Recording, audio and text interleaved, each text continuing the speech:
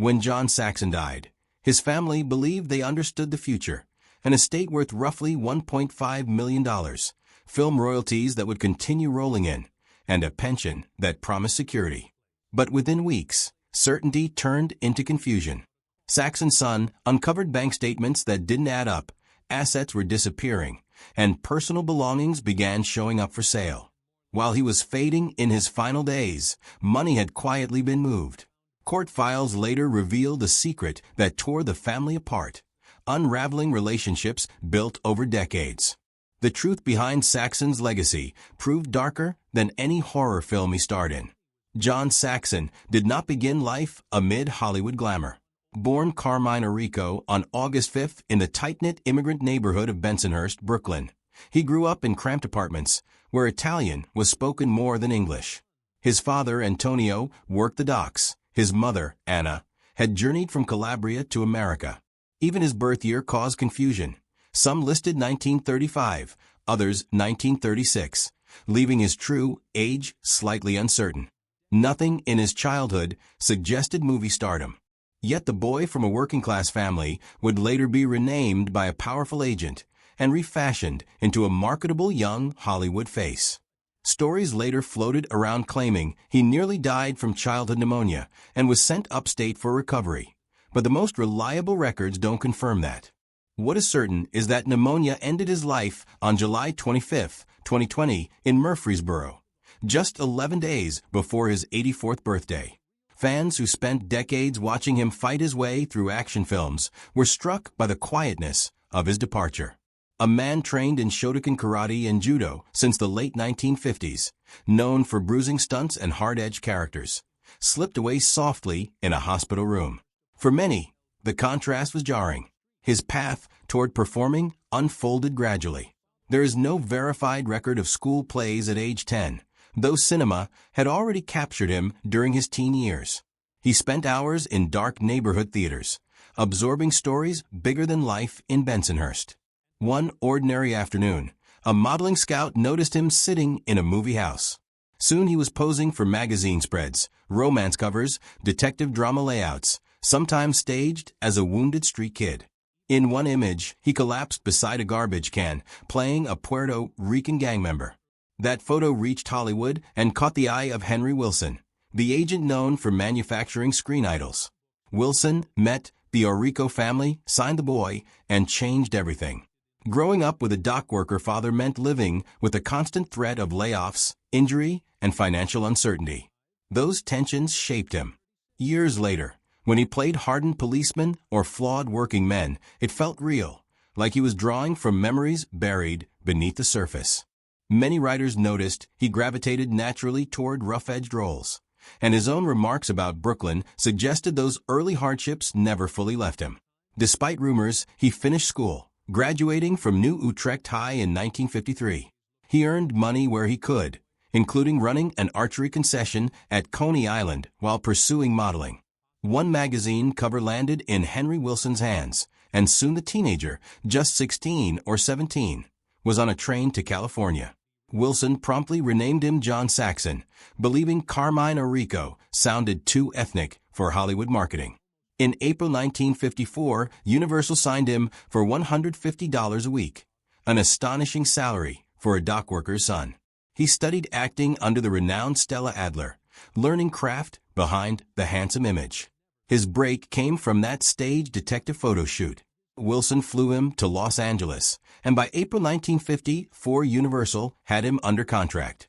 The studio shaped every part of his image: wardrobe, diction, posture, hairstyle. The transformation was swift. Within 2 years, the Brooklyn teenager was stepping onto Universal sound stages as their new discovery. From 1954 onward, Carmine Orrico disappeared from paperwork. The industry now recognized John Saxon, a name designed to sell. Saxon later admitted he had little choice. If he wanted a career, he had to accept the reinvention. His first on-screen appearance came in Medic 1954. Universal soon placed him in juvenile delinquent parts, capitalizing on his intense stare and athletic build. Running Wild 1955 was an early highlight and The Unguarded Moment 1956 pushed him deeper, playing a troubled student pursuing his teacher. A bold role for a 19-year-old. Critics noticed, and Universal saw potential beyond his looks. Then came Rock Pretty Baby 1956, a low-budget teen film that unexpectedly struck a chord. Saxon played music-loving senior Jimmy Daly and became a sensation. Fan mail flooded the studio, reportedly 3,000 letters a week. By Summer Love 1958 and The Restless Years, he climbed into teen idol territory. Universal soon steered him toward more mature, romantic roles. In this happy feeling, he played opposite Debbie Reynolds with a charm critics compared to a young Brando. The Reluctant Debutante 1958, filmed in London, solidified his image as a polished young leading man. But Saxon wanted depth.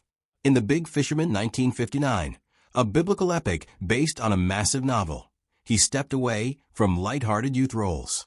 Rumors later claimed he turned down Gidget, though documentation is thin. What is clear is that he continually leaned toward darker, weightier material. By 1959, he was releasing as many as 5 films a year. That same period included a gritty beatnik role tied to a story involving sexual violence, a provocative choice for the era. At 25, he tackled one of his fiercest roles as Rondo in The Plunderers 1960. He portrayed a volatile young cowboy whose cruelty masked insecurity. Critics noted his dangerous presence, a diabolical Mexican. The only one old enough to shave, one remarked. The film climaxes with Rondo attacking Ellie before being shot in the back, brutal and unforgettable. It cemented Saxon as an actor who could handle violent, physical roles. It would also be Jeff Chandler's final Western, adding weight to the film's legacy. Confusion later crept into his filmography. Some sources mistakenly credit him with Blood of the Vampire 1961, though official records list The Plunderers 1960, Posse from Hell 1961, War Hunt 1962, and Mr. Hobbs Takes a Vacation 1962. The repeated misattribution shows how easily a false credit spreads when unchallenged by studio documentation. Mr. Hobbs Takes a Vacation marked another shift. Acting alongside James Stewart and Maureen O'Hara, Saxon played Ed Landers, the polished young teacher courting the Hobbs' shy daughter. The film straddles the gentle humor of the 1950s and the emerging youth culture of the 1960s. In just 2 years, he had moved from violent Western outlaw to charming comedic support. Then came The Cardinal 1963, Otto Preminger's sweeping drama on politics, racism, and religion. Though a supporting role, being chosen by Preminger signaled industry respect. Preminger expected discipline and presence, and Saxon delivered. In The Cavern 1964, he dove into claustrophobic psychological tension, marking his deeper involvement with international productions. By the late 1960s, he followed work overseas. Italian and Spanish studios churned out spaghetti westerns at high speed, often dubbing films for multiple markets. Many American actors joined the wave, and Saxon was among them, adaptable, restless, willing to chase opportunity. In Death of a Gunfighter 1969, trouble unfolded behind the camera. Robert Totten began directing, Don Siegel finished, and neither wanted credit. The film debuted under Alan Smithee, the first major use of the now famous pseudonym for Dassault projects. The controversy overshadowed the cast, and Saxon carried that association whether fair or not. Later that year, he joined the Gladiators, Peter Watkins' anti-war experiment blending languages and mock documentary structure. Persistent fan rumors about improvised torture-resistant scenes have no credible source. Another example of mythology that surrounds actors over time. In 1973, nearing 38, Saxon trained intensively for Enter the Dragon after 4 years away from martial arts. Bruce Lee personally coached him for 3 months in Hong Kong. Saxon later said that only the golf course fight wasn't choreographed by Lee. During training, Lee demonstrated the 1-inch punch, bruising Saxon's ribs despite warning him. The shock taught Saxon the precision and alertness Lee required. The lesson stayed with him all his life. Afterward, his recognition surged. In Black Christmas 1974, he portrayed Lieutenant Frank Hawkins, anchoring one of horror's most famous phone scenes with improvised reactions that heightened the fear. The moment became one of the film's standout images. Then came A Nightmare on Elm Street, 1984. As Lieutenant Donald Thompson, Nancy's father, he brought grounded authority to a surreal premise. Teenagers hunted in their dreams. During one scene, he fired a shotgun unexpectedly, and a pyrotechnic misfire singed his hair. The shock on screen was real, and the set briefly shut down. The moment remains a legend in horror history. He returned in A Nightmare on Elm Street 3, Dream Warriors, 1987, expecting a larger role.